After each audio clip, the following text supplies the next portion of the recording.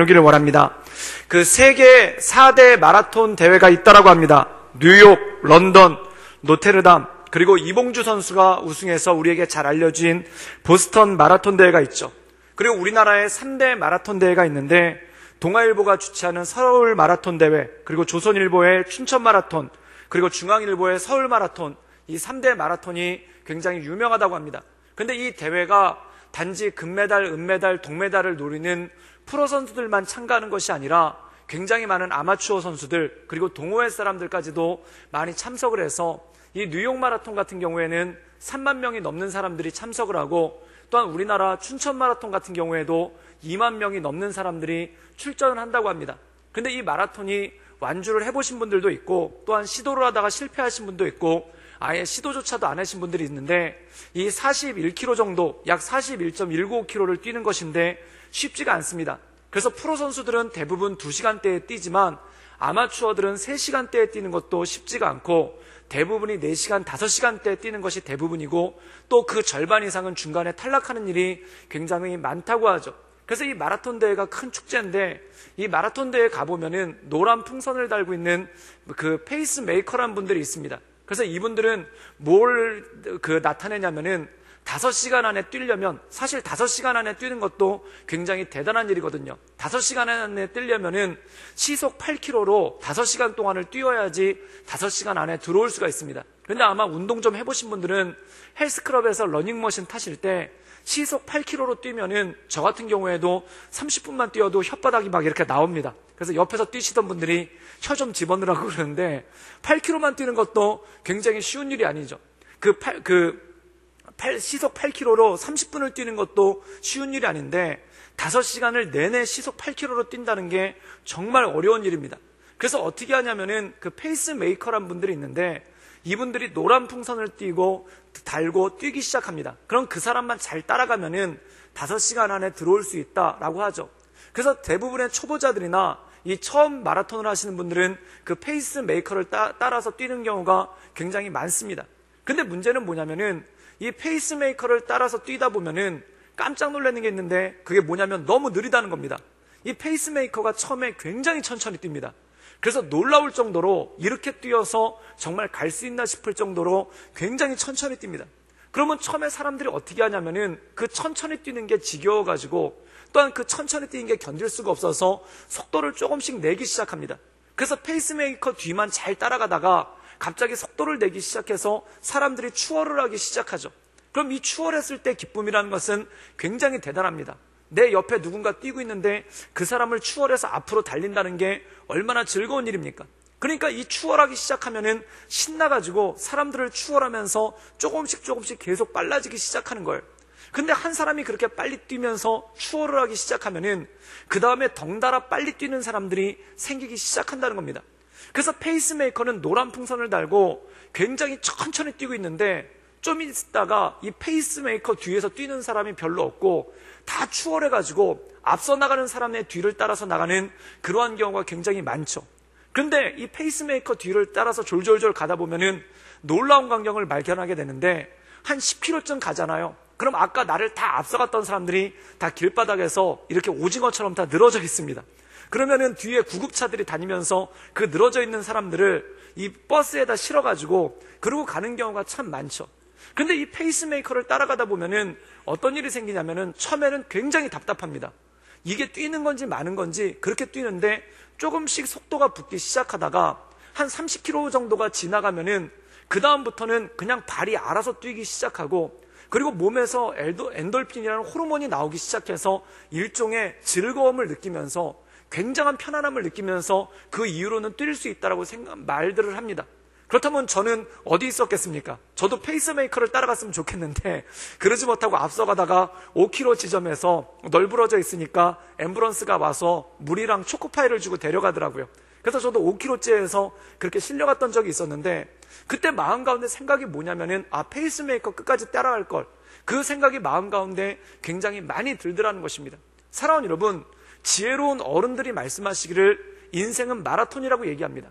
다시 말해서 인생은 단거리가 아니라 인생은 평생을 뛰어가는 마라톤이라고 얘기를 하죠. 그럼 마라톤에서 완주를 하기 위해서 필요한 것은 뭐냐면은 내 페이스를 유지하는 것, 즉 다시 말해서 천천히 뛰는 게 굉장히 중요하다는 겁니다. 그래서 마라톤에 인내가 필요하다고 얘기를 합니다. 근데 여기서 인내가 마라톤을 안 뛰어본 사람들은 어떤 인내를 생각하냐면은 뛰기 싫은데 정말 힘든데 멈추지 않고 계속 뛰는 인내에 대해서만 생각을 합니다. 근데 그 인내만 있는 게 아니라 어떤 인내가 있냐면 다른 사람들이 나를 추월해 갈 때, 그리고 다른 사람들이 앞서갈 때 그들을 따라가지 않고 페이스메이커를 인내하면서 따라가는 것, 이게 진짜 인내고 이게 진짜 어려운 것이라는 것입니다. 사랑하는 여러분, 우리가 인생을 살아갈 때 인생이 마라톤이라면 똑같은 것이 있습니다. 인생의 초반부에 나를 앞서가는 사람들을 발견하게 될 때가 있어요. 나는 굉장히 천천히 뛰고 있는데, 나는 페이스메이커에 맞춰가지고 천천히 뛰고 있는데 나를 앞서가는 사람들이 생기기 시작할 때, 그때 마음 가운데 불안함이 생기기 시작합니다. 사랑하는 여러분, 예를 들어서 7살 때는 7살에 맞는 그러한 공부가 있습니다. 그리고 초등학교 1학년 때는 1학년 때 맞는 공부가 있고, 초등학교 2학년 때는 2학년 때 맞는 공부가 있죠. 우리나라 초등학교 2학년 때부터 구구단을 하는 게 맞습니다. 그래서 1학년 때 더하기 빼기를 배우고 2학년 때부터 곱하기를 배우면서 구구단을 외우죠. 근데 깜짝 놀라는 것 중에 하나가 뭐냐면, 어떤 유치원에서는 6살 때부터 구구단을 외우는 거예요. 그리고 제가 더 깜짝 놀란 게 이제 구구단으로 끝나는 게 아니라 19단까지 외우더라고요. 그 19단까지 6살짜리 애들이 줄줄줄 외운다는 겁니다. 그런데 우리 애가 6살인데 아직 더하기 빼기도 제대로 하지 못한다. 그런데 옆집 애가 19단까지 줄줄줄 외우고 있다. 그럼 어떤 생각이 들기 시작하냐면 마음 가운데 불안함이 온다는 겁니다. 그 이유가 뭐냐면은 옆집 애가 우리 아이를 훨씬 먼저 추월한 것 같은 느낌이 들기 시작한다는 거죠. 그게 뭐냐면 마치 마라톤 할 때랑 똑같다는 겁니다.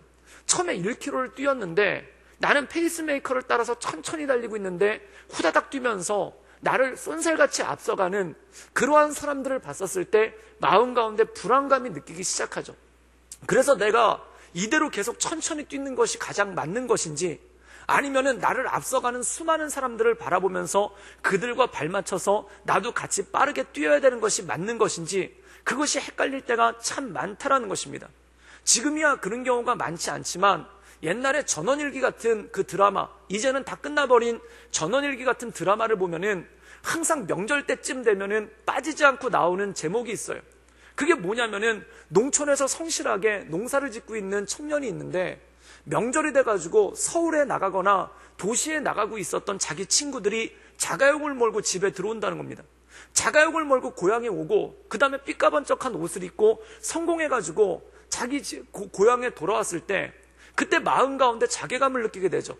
나는 여기 농촌에서 열심히 농사 짓고 있는데 도시로 나간 친구들은, 그리고 서울로 간 친구들은 자기 나름대로 성공해가지고 좋은 차를 몰고 올 때 저들은 나를 앞서가고 있는데 나는 혼자 뒤지고 있는 게 아닌가, 라는 그러한 걱정이 마음 가운데 들 때가 굉장히 크더라는 것입니다.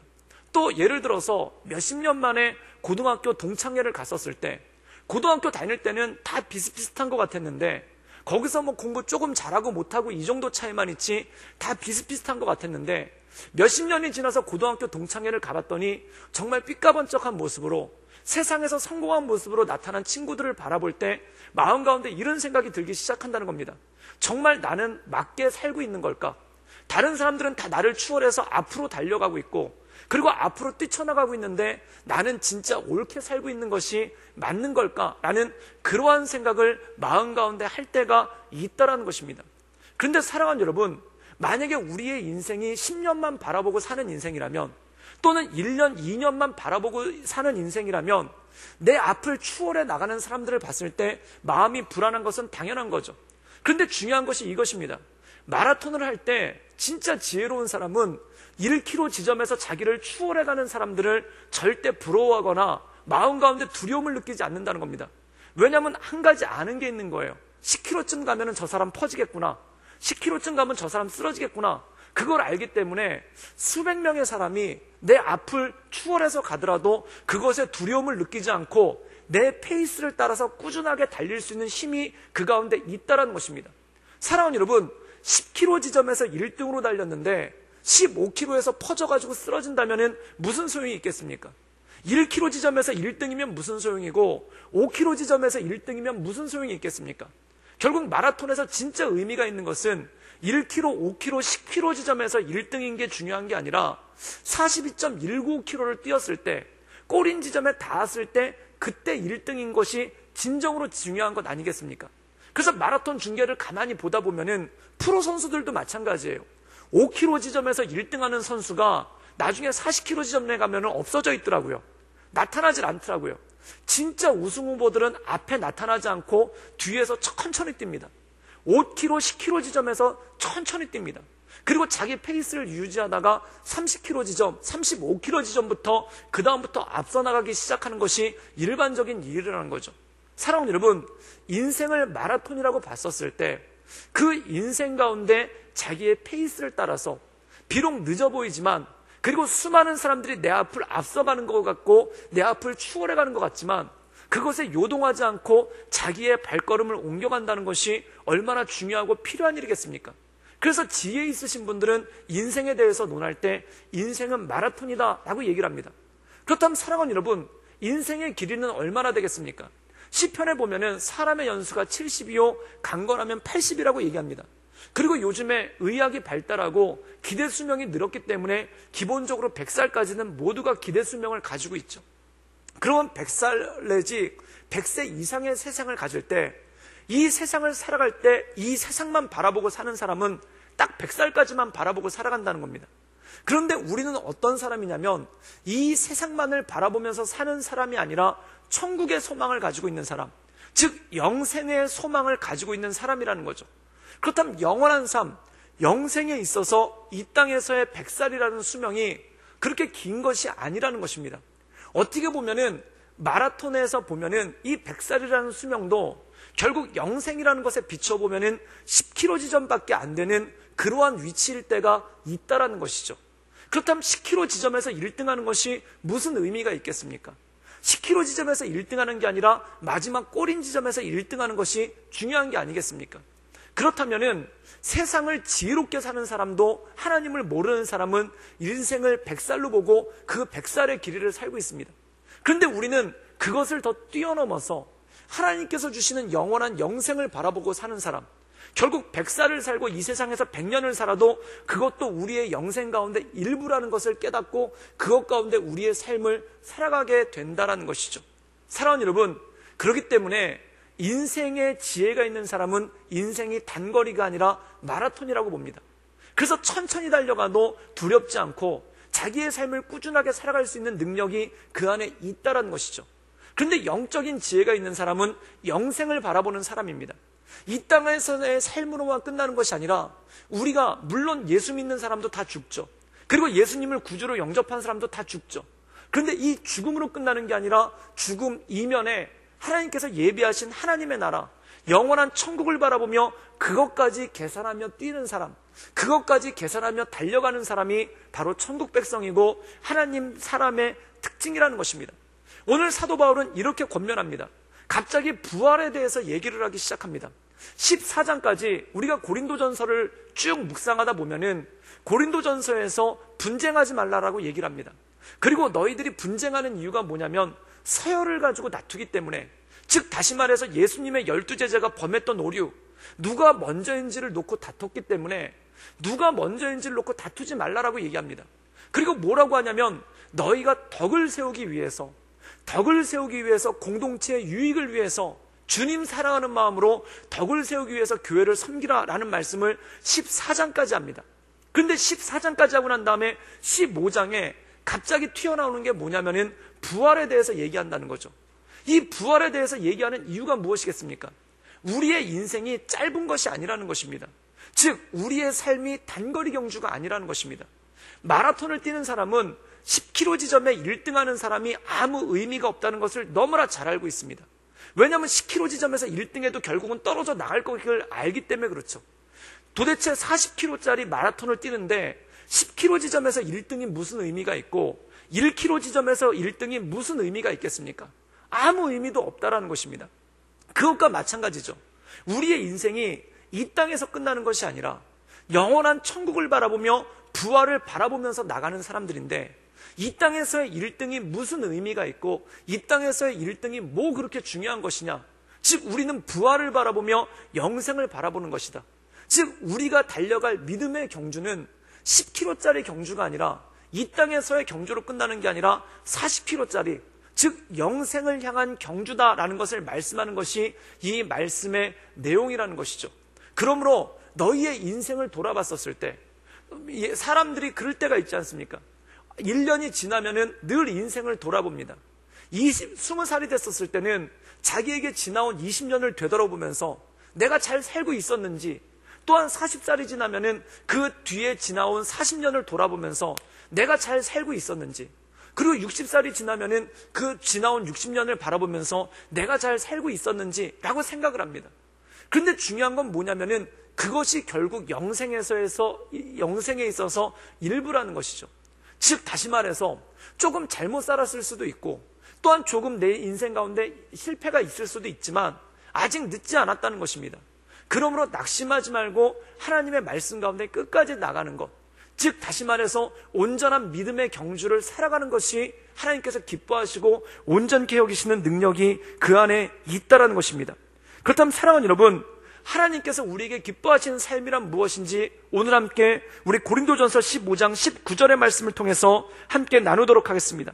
우리 고린도전서 15장 19절 말씀을 자막을 통해서 읽겠습니다. 우리 다 같이 읽겠습니다. 시작. 만일 그리스도 안에서 우리가 바라는 것이 다만 이 세상에 살 뿐이면 모든 사람들 가운데 우리가 더욱 불쌍한 자이니라. 사도 바울은 한 가지 전제를 놓고 얘기합니다. 그게 뭐냐면은 우리가 바라는 것이 이 세상에서의 삶뿐이라면, 이 세상에서의 삶뿐이라면 빨리 달리는 게 맞다. 마라톤으로 치자면 마라톤이 10km라면은 초반에 치고 나가는 게 맞다. 초반에 열심히 달리는 게 맞다. 초반에 죽어라고 달리는 게 맞다. 그런데 이 말씀 가운데 보면 만약에 이 세상의 삶뿐이라면 우리는 불쌍한 자라는 거예요. 왜냐하면 우리는 천국을 바라보면서 천천히 뛰지 않습니까? 우리는 마라톤에 있어서 40km를 바라보면서 초반에 천천히 뛰고 있지 않습니까? 그런데 만약에 이게 10km짜리 경기라면은 우리는 되게 불쌍한 거라는 거예요. 그렇게 천천히 뛸 필요가 없는데 천천히 뛰니까 되게 불쌍하다는 거예요. 그런데 사도 바울이 지금 얘기하는 건 뭐냐면 우리가 불쌍하다는 것이 아니라 우리의 삶은 이 땅에서의 끝이 아니라, 이 땅에서의 마지막이 아니라 이 땅에서의 삶은 일부일 뿐이고 영원한 천국, 즉 부활이 우리의 삶 가운데 있다는 것을 주님께서 우리에게 말씀을 하신다는 것이죠. 즉 영원한 것을 바라보며 나가는 안목과 시각이 필요하다는 것입니다. 사랑하는 여러분, 춘향전을 보면은 거기서 보면 사람들의 시각이 있습니다. 그게 뭐냐면 변학도만 바라보며 사는 사람은 당연히 수청을 들어야죠. 변학도가 와가지고 춘향이한테 내 수청을 들거라. 그럼 변학도만 바라보는 인생이라면은 당연히 수청을 드는 게 지혜로운 거 아니겠습니까? 그 마을의 최고의 권력자니까, 그 마을에서 최고 힘이 있는 사람이니까 그 변사도에 수청을 드는 게 제일 지혜로운 거 아니겠습니까? 그런데 그걸로 끝이 아니라는 거죠. 그 뒤에 이도령이 있다는 거죠. 그 뒤에 이몽룡이 있지 않습니까? 그러면 이 춘향전에서 가만히 보면 춘향전에도 구원의 지혜가 있더라고요. 그걸 가만히 읽어보면은 이 춘향이라는 사람은 변학도를 바라본 게 아니라 변학도 뒤에 있는 이도령을 바라본 거예요. 그러니까 견디는 거 아닙니까? 매를 맞아도 견디고 목숨을 내놓고 견디는 거 아닙니까? 그런데 여러분 생각해 보십시오. 만약에 이몽룡을 바라보면서 견디다가 마음 가운데 소망이 끊어지는 거예요. 이몽룡이 있는 건 알겠는데 지금 이몽룡이 나를 구원하러 올 건지, 또한 이 마을에 이 사람이 올 건지 말 건지, 나를 사랑하는 것이 나를 사랑하기는 하는 건지, 그래서 중간에 변심해서 변학도에 수청을 들었다고 생각해 보십시오. 그럼 그 사람이 세상에서 제일 불쌍한 여인 아닙니까? 차라리 아예 아전역에 그 이몽룡을 생각하지 말고 수청을 들거라 그랬을 때 네, 그리고 수청부터 들었으면은 매는 안 맞고 고난은 안 맞잖아요. 그런데 나중에 믿음이 사라져서 수청을 들게 되면은 이건 뭐냐면 고난은 고난대로 당하고 결국 구원의 소망마저 끊어지는 건 아니겠습니까? 바로 사도 바울이 그 말씀을 하는 것입니다.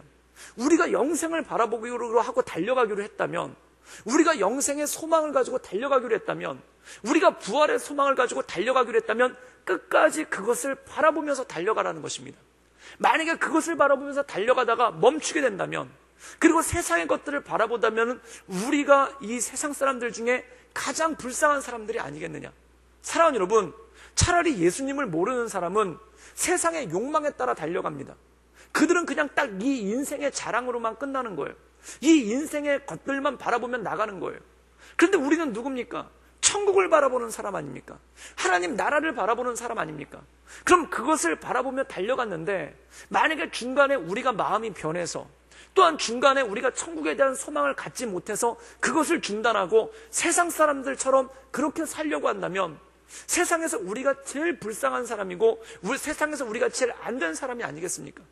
그러므로 이 사도 바울이 권면하는 건 뭐냐면 너희가 끝까지 믿음을 가지고 하나님의 말씀 가운데 서라는 것입니다. 또한 너희가 끝까지 믿음을 가지고 하나님의 은혜 가운데 온전함으로 나갈 수 있는 능력과 힘을 가지고 나간다는 것입니다. 사랑하는 여러분, 끝까지 바라볼 수 있는 것은 무엇입니까? 믿음의 눈이 있을 때 바라볼 수 있다는 것이죠. 성경에 보면 다니엘과 세 친구가 나옵니다.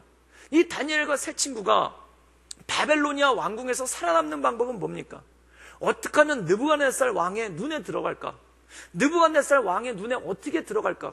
그것을 바라보면서 사는 게 그 나라의 법칙 아닙니까? 그 세상의 법칙 아닙니까? 그런데 이 다니엘과 세 친구는 뭘 했냐면 뜻을 정했다는 거예요. 그 뜻을 정했다는 것이 뭐냐면 어떻게 하면 하나님 보시기에 합당하게 살까? 왜 그들이 하나님 보시기에 합당하게 사는 것을 택했습니까? 느부갓네살보다 더 큰 게 하나님임을 알았기 때문에 그렇다는 겁니다.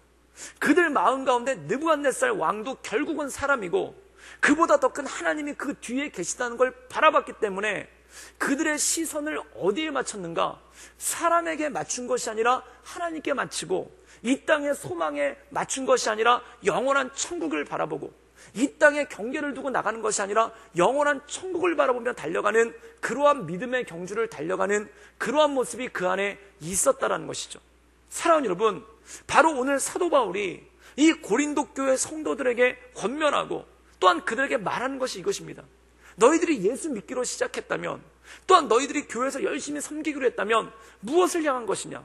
결국 천국의 소망을 가지고 또한 우리의 모든 것의 왕 되신 하나님을 바라보며 이 믿음의 경주를 달려가고 이 믿음의 길을 걸어간 것이 아니냐. 그렇다면 끝까지 하나님을 바라보라는 것입니다. 끝까지 하나님의 은혜 가운데 거하라는 것입니다. 중간에 다른 곳을 쳐다보지 말고 중간에 다른 것에 시선을 뺏기지 말고 끝까지 하나님만을 바라보며 하나님의 은혜 가운데 나가라는 것입니다.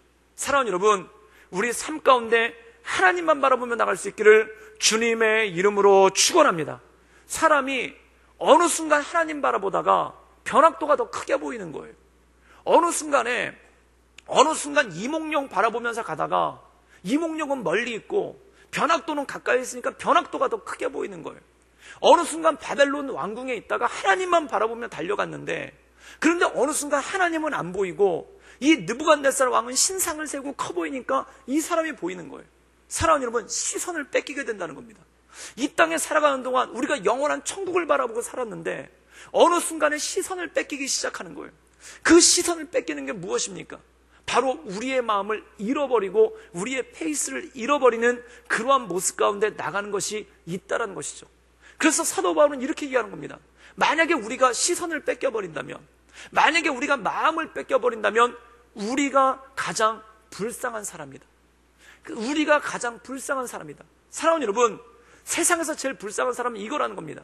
차라리 세상에 살면서 세상을 바라보는 사람, 불쌍한 게 없는 사람이에요. 원래 그렇게 살았으니까. 그런데 교회에 다니면서 세상을 바라보는 사람, 이 사람만큼 불쌍하고 이 사람만큼 안 된 사람이 어디 있느냐는 것입니다.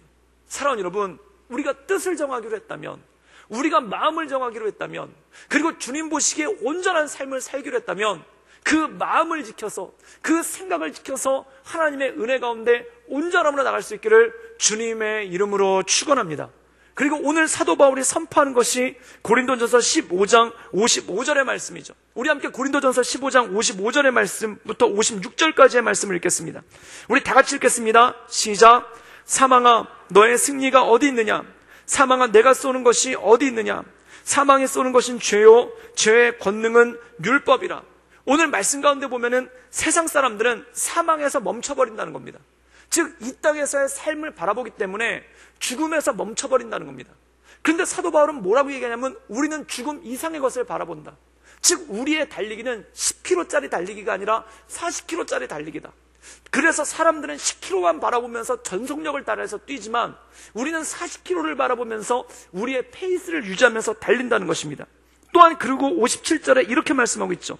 우리 다 같이 57절의 말씀을 읽겠습니다. 다 같이 읽겠습니다. 시작. 우리 주 예수 그리스도로 말미암아 우리에게 승리를 주신 하나님께 감사하노니. 58절입니다. 시작. 그러므로 내 사랑하는 형제들아, 견실하며 흔들리지 말고 항상 주의 일에 더욱 힘쓰는 자들이 되라. 이는 너희 수고가 주 안에서 헛되지 않은 줄을 알미라. 사랑하는 여러분, 세상 사람들의 초점은 어딥니까? 죽는 데까지 된다는 겁니다. 언제까지 살아갈 거냐? 죽을 때까지 살아갈 거다. 사망이 그들의 인생의 초점이라는 것입니다. 즉 하나님 없이 살아가는 사람들은 사망이 그들의 인생의 초점이라는 것이죠. 그런데 하나님을 바라보는 사람은 어떤 사람인가? 그 사망을 넘어서 우리에게 영생을 주시는 예수 그리스도를 바라보는 데까지 나가고, 그 사망 뒤에 더 크신 주님, 느부갓네살 왕 뒤에 더 크신 하나님을 바라보며 나갔던 다니엘의 세 친구가 같이 사망을 넘어 그 안에 더 큰 주님을 바라보며 나가는 능력이 그 안에 있다라는 것이죠. 제가 텔레비전 프로그램을 하나 보다가 깜짝 놀랐던 것이 있는데, 그게 뭐냐면 굉장히 유명한 이 요리사가 이 조그만 식당들을 찾아가면서 거기 컨설팅을 해주는 그런 프로그램이에요. 그런데 어떤 튀김집인데 그 사람이 튀김을 굉장히 잘하는 거예요. 그래가지고 그 컨설팅 해주러 갔던 요리사가 감탄을 하고 정말 잘한다고 그렇게 한 거예요. 그래서 그 집이 방송에 나간 다음에 몇 주 있다가 그 집을 다시 방문해 봤습니다. 그랬더니 뭐라고 얘기를 하냐면은 사람들이 줄을 엄청나게 많이 쓴다는 거예요. 방송이 나간 다음부터 사람들이 줄을 엄청나게 많이 쓰고, 그래가지고 그 사람들한테 음식을 대접하는 게 굉장히 바쁘더라는 겁니다. 그랬더니 이 요리사가 뭐라고 얘기하냐면은, 그렇다면은 방송에 나가기 전에 당신이 요리했던 것과 지금 요리했던 것을 비교해보면 지금 어떻습니까? 라고 얘기했더니 뭐라고 얘기하냐면, 방송 나가기 전에는 자기가 튀김을 할 때 100% 자기의 생각에 100%를 튀겼는데, 방송이 나가고 난 다음에 사람들이 와가지고 줄을 쭉 쓰기 시작하니까 마음이 조급해져가지고 60% 정도밖에 못하는 것 같다라고 얘기를 하더라는 겁니다. 그러면서 얘기하는 게 뭐냐면은, 방송에 나와서 소문난 집이 막상 가보면 왜 맛이 떨어지는지 그 이유를 알겠다라고 얘기를 하는 거예요. 그런데 그 요리사가 조언을 하는데 굉장히 놀라운 조언을 했어요. 그게 뭐냐면은, 사람들이 여기서 줄 서는 이유는 뭐냐면 음식을 빨리 먹기 위해서 줄을 쓰는 게 아니라는 거예요. 그럼 음식을 빨리 먹기 위해서 줄을 쓰는 게 아니라 왜 줄을 쓰는 거냐면은 맛있는 음식을 먹고 싶어서 줄을 쓴다는 거예요. 그런데 그 가게를 운영하시는 분은 사람들이 줄을 쭉 쓰고 있으니까 마음이 조급한 거예요. 그 마음이 조급한 게 뭐냐면, 이 사람들한테 빨리 음식을 줘서 이 줄을 좀 줄어들게 해야 되겠다. 그래서 이 사람들한테 빨리 음식을 주려고 서두르다 보니까 100%를 튀겨냈던 음식을 60%밖에 튀겨내지 못하는 그러한 모습 가운데 나간다는 겁니다. 그럼 어떻게 될까요? 그렇게 오래 줄 서가지고 막상 먹어봤는데 맛이 생각보다 나오질 않는 거예요. 그렇다면 오래 줄 쓴 사람도 실망하고, 또한 이 요리사도 그 가게 주인도 사람들이 맛있게 먹지를 못하니까 실망할 거 아닙니까? 그러면 중요한 게 이겁니다. 줄 쓴 사람들이 왜 줄을 섰는지, 그 줄을 쓰고 있는 사람들이 왜 줄을 쓰고 있는지 그 마음을 헤아리면은 조금 줄을 오래 쓰게 하더라도, 조금 줄을 길게 쓰게 하더라도 맛있는 음식을 만들어내는 것이 맞는다는 것이죠. 사랑하는 여러분, 우리가 이 세상을 살아가면서 실패하는 이유 중에 하나가 뭐냐면 마음의 조급함이라는 겁니다. 마음의 조급함이 오면은 어떤 생각이 들기 시작하냐면 바르게 판단하지를 못하게 하는 거예요. 그럼 언제 마음이 조급해지기 시작하는가? 첫 번째가 뭐냐면 사람들이 나를 추월한다고 느낄 때, 그리고 내가 다른 사람들에게 뒤처지고 있다고 느낄 때, 그때 마음 가운데 엄청난 조급함이 오기 시작한다는 거예요. 그 조급함이 오면 어떻게 하냐면 하나님의 뜻을 잃어버리게 되는 거예요. 하나님의 뜻이 무엇인지를 잃어버리게 되고 하나님께서 기뻐하시는 것이 무엇인지를 잃어버리게 된다는 것입니다. 사랑하는 여러분, 사단이 우리를 공격하는 방법 중에 한 가지가 뭐냐면 사람들의 마음을 조급하게 하는 거예요. 마음을 조급하게 하는 거예요. 또 사람의 마음이 언제 조급해지기 시작하는가? 소망을 잃어버리기 시작할 때 마음이 조급해지기 시작한다는 겁니다. 사랑하는 여러분, 별로 할 일도 없는데 그냥 마음이 급해요. 오늘 별로 일도 없는데 그냥 마음이 급해요. 오늘 별로 그렇게 많은 일을 하는 것도 아닌데 그냥 마음이 조급해요. 마음이 조급하니까 어떤 일이 생깁니까? 화가 많아지기 시작해요. 화가 많아지기 시작해요. 사랑하는 여러분, 에베소서에 보면은 영적 전쟁에 대해서 이렇게 말씀하고 있습니다. 그게 뭐냐면 세월을 아끼라, 때가 악하니라는 거예요. 그러면 악한 때의 특징은 무엇입니까? 사람들로 하여금 세월을 낭비하게 한다는 거예요. 그러면 어떻게 세월을 낭비하는가? 바빠서 세월을 낭비하는 게 아니라 조급해서 세월을 낭비하게 되는 거예요. 조급해서 마음에 견딜 수가 없고, 조급해서 화가 나고, 그리고 조급해서 참을 수가 없는 거예요. 또 하나가 이겁니다. 조급해지면 첫 번째 특징이 화가 자꾸 나요. 마음이 자꾸 짜증스러워져요. 그 다음에 조급하면 두 번째 특징이 있는데, 그게 뭐냐면은 자꾸 다른 사람을 원망하게 되는 마음이 마음 가운데 생기기 시작한다는 것입니다. 사랑하는 여러분, 그게 악한 세월의 특징이라는 겁니다. 때가 악해지면 사람의 마음을 조급하게 만드는데, 그 조급함의 만듦으로 말미암아 화가 부릴 듯이 일어나고, 또한 다른 사람들이 제대로 해주지 못해서 이 모든 것들이 잘 이루어지지 않는다라는 생각이 나니까 그 마음 가운데 견딜 수 없는 그러한 모습이 생기기 시작한다는 것이죠. 그렇다면 성령 충만한 사람들의 특징은 무엇인가? 멀리 보는 사람들입니다. 성령 충만한 사람들의 특징은 무엇입니까? 영생을 바라보는 사람들입니다. 그래서 그 영생을 바라보며 한 걸음 한 걸음 천천히 걸어간다는 거예요. 한 걸음 한 걸음 온전하게 걸어간다는 거예요. 즉 하나님께서 내게 주신 것들을 바라보며 수많은 사람들이 나를 앞질러 가도 그것에 조급해하지 않고, 또한 내 삶 가운데 어떤 일이 있을 때 조급하거나 화를 내지 않고 내게 주신 삶의 길을, 내게 주신 삶의 자리를 천천히 한 걸음 한 걸음 걸어가는 것, 이것이 바로 온전한 삶을 살아갈 수 있는 능력과 힘이라는 것이죠. 사랑하는 여러분, 고린도 교회가 결론은 하나입니다. 마음이 조급한 거예요. 왜 서열을 다툽니까? 서열을 다투는 때는 이유가 딱 하나인 거예요. 조급한 거예요. 왜 조급해지는가? 옛날에는 제가 나보다 뒤에 서 있는 것 같았는데 어느 순간 내 앞에 있는 것 같은 거예요. 얘가 옛날에는 어느 순간 내 뒤에 있었던 것 같은데 어느 순간 내 옆에서 나를 거의 따라온 것 같은 거예요. 그럼 어떤 생각이 들기 시작하냐면 마음 가운데 조급함이 오기 시작한다는 겁니다. 이 고린도 교회가, 이 성령 충만했던 고린도 교회가 어느 순간에 성령 충만함을 잃어버리고 조급함이 가득 교회에 차기 시작합니다. 조급함이 교회에 가득 차기 시작하니까 그 다음부터 분열이 일어나고, 또한 조급함이 마음 가운데 가득 차기 시작하니까 그 다음부터 화가 나기 시작하고, 또한 조급함이 마음 가운데 가득 차다 보니까 자꾸 서열의 문제 때문에 정신없고 힘들어버리는 그러한 모습이 생기기 시작한다는 거죠. 그래서 사도 바울은 부활에 대해서 얘기하면서, 영원한 생명에 대해서 얘기하면서, 세상 사람들은 사망까지만 보고 가지만 우리는 그 사망 너머를 보러 가는, 긴 그림을 가는 그 사람이기 때문에 조급해하지 말고 너희 삶 가운데 주어진 길들을 온전함으로 걸어가라는 것입니다. 사랑하는 여러분, 루터가 이런 말을 했습니다. 내일 지구에 종말이 온다면 나는 오늘 사과나무를 심겠다라고 얘기했습니다. 사랑하는 여러분, 내일 종말이 오는데 무슨 한가한 마음이 있어서 사과나무를 심겠습니까? 그런데 루터의 말은 이건 거예요.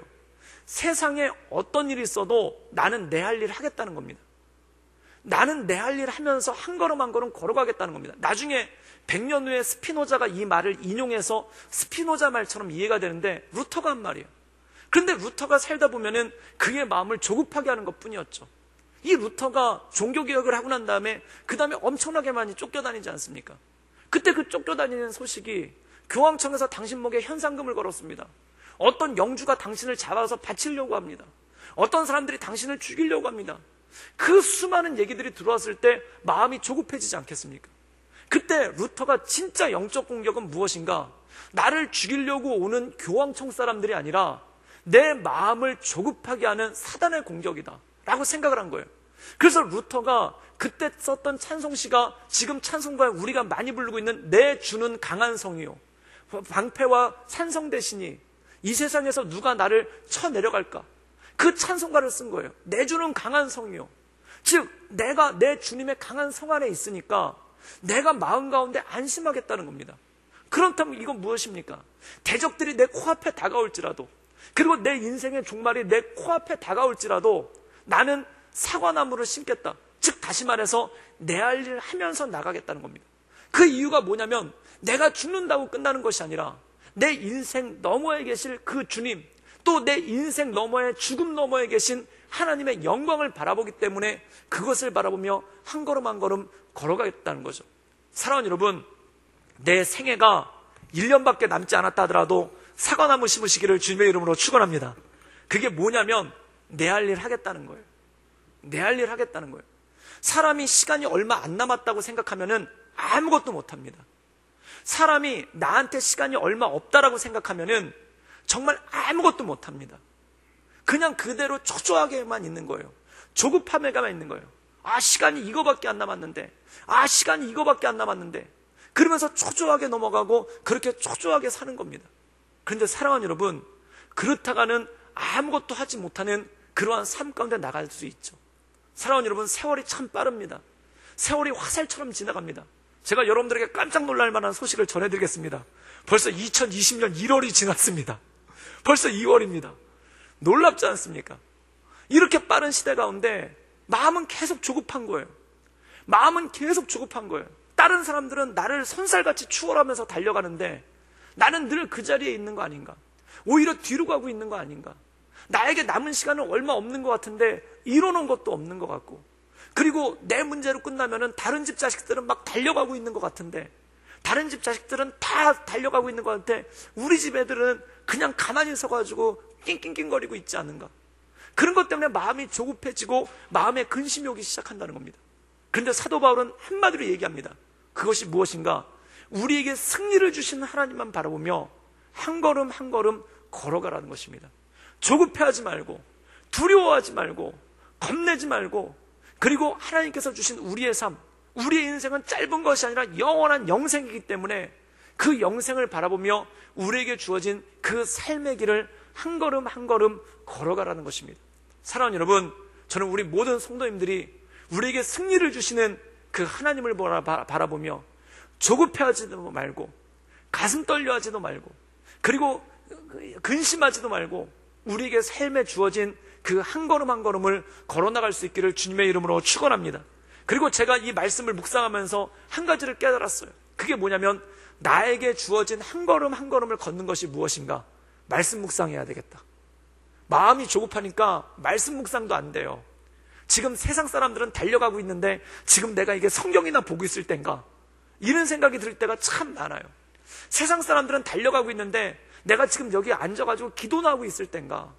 세상 사람들은 이 사람 저 사람 만나면서 막 인맥을 넓혀가고 있는데 내가 여기 앉아가지고 하나님 찬양하고 있을 땐가? 이 생각이 참 많이 드는 거예요. 그게 뭡니까? 마음이 조급해진다는 겁니다. 다른 사람들은 쌩쌩 달려가고 있는 것 같은데 나는 가만히 앉아서 성경 보고 있는 것 같으니까 아무것도 안 되는 거예요. 그래서 제가 한 가지를 깨달았습니다. 내일 지구에 종말이 온다면 나는 오늘 성경을 읽겠다. 그거 읽고 찬양하고 하나님의 은혜 가운데 나가고 그것을 바라보면서 나가는 것 아니겠습니까? 사랑하는 여러분, 우리 마음 가운데 우리의 마음을 공격해오는 그 조급함을 온전함으로 이겨낼 수 있기를 주님의 이름으로 축원합니다. 우리에게 승리를 주시는 주님, 마치 사망은 이때 지나면 끝이다, 그래가지고 계속 우리에게 시계소리를 들려주는 거예요. 째깍째깍째깍 하면서 계속 시계소리를 들려주는 거예요. 여러분, 째깍째깍 소리가 들리면서 시계소리가 들리면은 조급해서 아무것도 못해요. 사망이 그렇다는 겁니다. 사망의 권세가 우리한테 째깍째깍 소리를 들려주면서 벌써 시간이 이렇게 됐다, 벌써 이렇게 됐다 이러면서 계속 우리에게 째깍째깍 소리를 들려주고 있는 거예요. 그 조급함에 노심초사하는 거죠. 그러나 그 사망의 째깍째깍거리는 소리가 아니라 우리에게 영원한 천국을 주신 그 하나님을 바라보며 우리 삶 가운데 주어진 하루하루의 삶을, 하루하루의 삶의 자리를 한 걸음 한 걸음 날마다 승리하며 나가시는 우리 구덕교회 모든 성도들 되시기를 주님의 이름으로 축원합니다. 함께 기도하시겠습니다. 이 시간 함께